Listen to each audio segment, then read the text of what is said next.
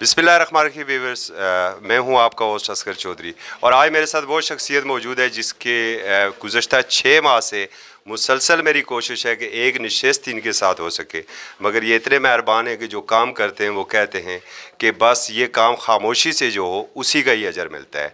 मगर जहाँ पर आप अच्छा काम करते हैं, अगर आप उसे उजागर करेंगे तो बहुत से दूसरे लोग भी उस काम की तरफ आएंगे और फलाह की जानिब माशरा जाएगा। मेरे साथ मौजूद है, मैं इन्हें मसीहा है लोरा कहूँगा, जिन्होंने बड़ी बड़ी ऑफ़र्स को ठुकराया। अगर चाहते तो इस वक्त इस्लामाबाद में किसी 5 स्टार प्लाजे में बैठ के तो 3-3 हज़ार रुपये फ़ीस लेके अपनी मेडिकल की सहूलत देते लोगों को, मगर इन्होंने कहा नहीं, मैंने लोरा के इन बेंचों के ऊपर ही बैठना है। और मुझे वो वक्त भी याद है कि जब लोरा में डॉक्टर नाम की कोई चीज़ नहीं थी। मेरी मिसाल डॉक्टर जहांगीर साहब मेरे इंतहाई मेहरबान, इनसे बात करते हैं। चूँकि हम जना वेलफेयर के ऑफिस में खड़े हैं, एक वेलफेयर का यहाँ पर काम था और एक प्रोजेक्ट डॉक्टर साहब का मावा के नाम से भी था, तो उनसे पूछते हैं कि वो कहाँ तक उसकी अब तक उन्हें अपॉर्चुनिटी मिल चुकी है, कहाँ तक वो लोगों को डिलीवर कर सके और मज़ीद उनके क्या प्रोग्राम है। अस्सलाम वालेकुम डॉक्टर साहब। वालेकुम अस्सलाम। वेलकम डॉक्टर साहब। शुक्रिया चौधरी साहब, बहुत मेहरबानी आपकी। डॉक्टर साहब एक अरसे से आप सर्व कर रहे हैं, आपने वाकई अपॉर्चुनिटी को ज़ाया नहीं किया, तो मैं शुक्रिया अदा करता हूँ आपका। अल्हम्दुलिल्लाह मावा के लिहाज से हमने इसको तकरीबन 2004 में इसकी बुनियाद रखी थी और बेसिक पर्पज़ ये था कि इलाके के जितने भी डिज़र्विंग किस्म के लोग हैं, डिज़र्विंग से मेरा मुराद है कि यतीम, बेवा और मसाकीन या डिसेबल्ड जो किसी काम काज के काबिल नहीं होते। मेरा एक्सपीरियंस ये था कि वो जब हमारे पास आते थे, जब मैं गवर्नमेंट सेटअप में था तो उस वक़्त भी और बाद में भी, तो अगर हम उन्हें पर्ची को देते थे मेडिसिन के लिए तो वो उसे फाड़ के फेंक देते थे। वो कहते थे जी कि हम तो किराया भी उधार मांग के आए हैं, दवाई कहाँ से लें। तो बेसिकली ये आइडिया था जिसकी वजह से मैंने इसकी अल्हम्दुलिल्लाह एक बुनियाद रखी थी। तो मावा means medical aid welfare association. तो 2004 से हमने इसका स्टार्ट लिया था चंद दोस्तों ने। फिर दरमियान में थोड़ा सा ब्रेक आ गया था जब मैं गवर्नमेंट जॉब में था।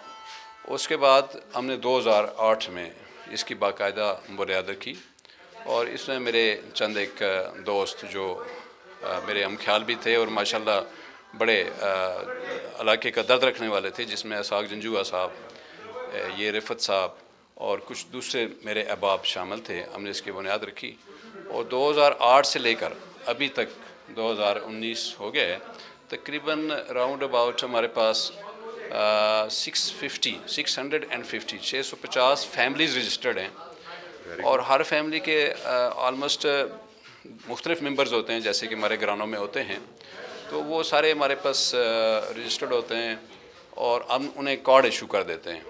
उस कार्ड के को लेके वो जब आना चाहे तो वो आते हैं। उनकी जो बेसिक ट्रीटमेंट है वो हम यहाँ पे फ्री करते हैं। फ्री कंसल्टेशन होती है, फ्री इन्वेस्टिगेशंस होती हैं और इसी तरीके से सारी अद्वियात उनको फ्री दी जाती हैं। इसके अलावा अगर कोई कॉम्प्लिकेटेड केस हो तो वो उसको हम रेफ़र करते हैं पिंडी इस्लामाबाद में और वहाँ पे भी उसको पूरा बैकअप करते हैं। जितने भी उसके अखराजात हैं हम बर्दाश्त करते हैं। बेसिकली मावा के हमारे चंद एक ऑब्जेक्टिव्स थे और वो यही थे कि एक तो इन गरीब लोगों को मेरे ख़्याल के मुताबिक अगर कोई शख्स जो है ना गरीब हो लेकिन सेहत अच्छी हो तो वो अपने मेरे ख़्याल में गुजारा कर सकता है। लेकिन अगर एक गरीब आदमी बीमार हो जाए तो और उसकी एक दिहाड़ी भी ज़ाया हो जाए, या वो लोग जो बिल्कुल ही डिसेबल्ड होते हैं, लाचार होते हैं और उनका कोई ज़रिया माश नहीं होता, तो वो बीमारी की सूरत में जो है अगर आपके पास आते हैं तो उस वक्त उनका दुख देखने वाला होता है।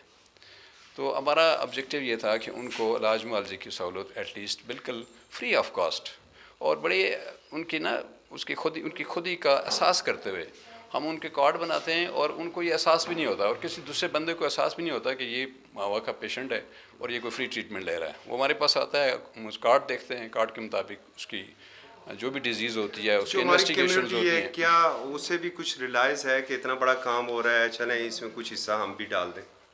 नहीं, अल्हम्दुलिल्लाह लोग इसको एक्नॉलेज करते हैं, ऐसी बात नहीं है। लेकिन यह है कि हमारे जो डोनर्स हैं वो सिर्फ तकरीबन 5-6 हैं, जिसमें मेरे अपने फैमिली मेम्बर्स भी हैं, कुछ मेरे क्लोज़ फ्रेंड्स हैं, इसाक जंजुआ साहब हैं, ज़फ़र बेग साहब हैं और 3-4 अहबाब और हैं। जनरल कम्युनिटी में हमें फ़िलहाल हमने किसी को रिक्वेस्ट की भी नहीं है और किसी ने डोनेट किया भी नहीं है, लेकिन एक्नॉलेज ज़रूर करते हैं इस सर्विसेज को। और एटलीस्ट अभी तक हेल्थ कार्ड तो यहाँ पर नहीं आ सके और 850 फैमिलीज़ को आप ये सहूलियात दे सकते हैं।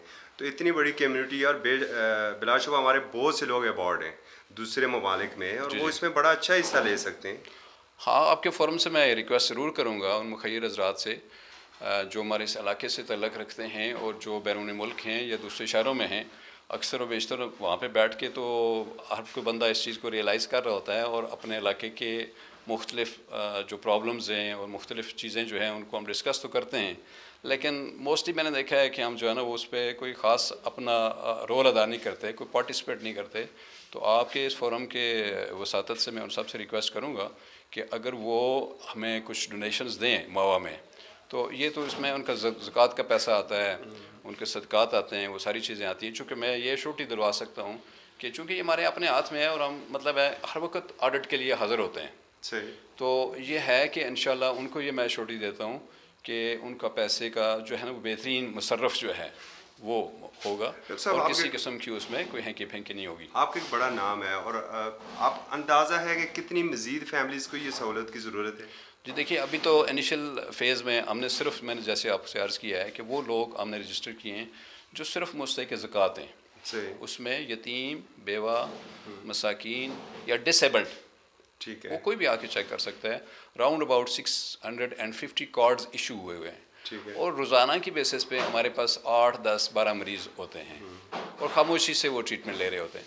लेकिन अगले फ़ेज़ में हमारा ये ख्याल था, अभी तो हमारे जो ऑब्जेक्टिव्स जैसे मैं अर्ज़ कर रहा था कि एक तो इनको ट्रीट करना है, फिर एम्बुलेंस सर्विस है, हम उनको मतलब हमारी अपने इसी मावा की एक एम्बुलेंस रखी हुई है जो नो लॉस नो प्रॉफिट पे चलती है, उसमें दूसरे लोग भी मुस्तफ़ीद होते हैं और मावा के पेशेंट भी फ्री ऑफ कॉस्ट जो है वो मुस्तफ़ीद होते हैं। तो इसके अलावा हमारे ऑब्जेक्टिव्स थे कि हम जो उनके हमारी जो यही फैमिलीज़ हैं इनके ज़ाहिर है और भी ज़रूरियात होती हैं, जैसे उनकी एजुकेशन है, फिर उनकी बच्चियों की शादियाँ हैं, उनके घरों के मामलात हैं, और उनकी जब वो आते हैं तो मैं आपको क्या बताऊँ, इतनी कसम परसी में होते हैं कि बंदे का दिल करता है कि आप उसकी हर तरह से मतलब है उनकी हेल्प की जाए। तो मेरी दरख्वास्त है कि अगर हमें मज़ीद डोनेशंस मिलें, अभी तक तो हमारी जो है ना वो तकरीबन 70-80,000 रुपीज़ पर मंथ इन पे ये ख़र्चा आता है बेसिक ट्रीटमेंट पे, जो अल्हम्दुलिल्लाह हम स्मूथली चला रहे हैं, ऐसी कोई बात नहीं है। तो अगर मज़ीद हमारे पास फ़ंड्स हुए तो इंशाल्लाह हम अपने ऑब्जेक्टिव्स को ज़रा वाइडन करेंगे और इसमें उनके बच्चों की तालीम हो गई, उनकी बेटियों की शादियाँ हो गई और उनके घर का जो सौदा सलफ़ हो गया, और इसी तरीके से उनकी बाकी ज़रूरियात जो हैं वो हम पूरी कर सकते हैं और हम अपने ऑब्जेक्टिव्स में शामिल करेंगे।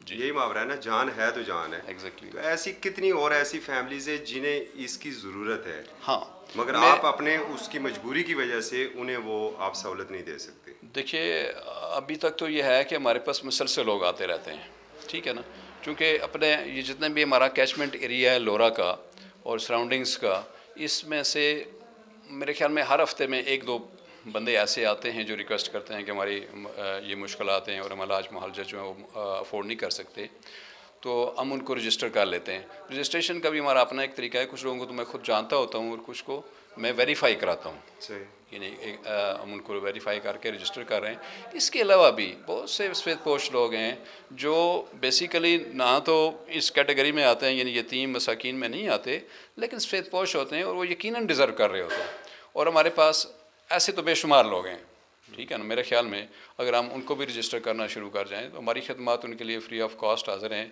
अल्हम्दुलिल्लाह जो हमारी हॉस्पिटल तक के जो जितनी भी सहूलतें हैं, लेकिन बाकी उनकी मेडिसिन वगैरह या उनका इलाज जो हम पिंडी इस्लामाबाद में जो उनकी कॉम्प्लिकेटेड बीमारियों का कराते हैं तो वो हम अफोर्ड नहीं कर पा रहे।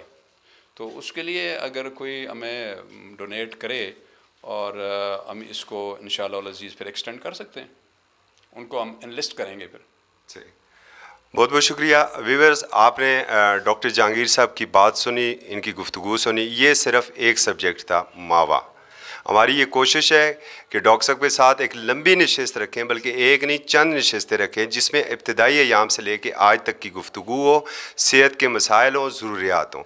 एक अपील इस प्लेटफार्म से हम आपसे ज़रूर करेंगे, इंसान वही है जो किसी दूसरे इंसान के लिए काम आता है। रब्बे कायनात ने इसीलिए इस कायनात को तख्लीक किया था। अगर मावा के हाथों में हम हाथ दे दें तो यकीनन बहुत से ऐसे सफ़ेद पोश भी अद्वियात ले सकते हैं जो शायद एक डिस्प्रिन की गोली भी ख़रीदने की जिनमें सिक्कत ना हो। और यही है रब्बे ताला की रज़ा का रास्ता। इजाज़त दीजिए, फिर मिलेंगे एक प्रोग्राम के साथ। अल्लाह हाफ़िज़।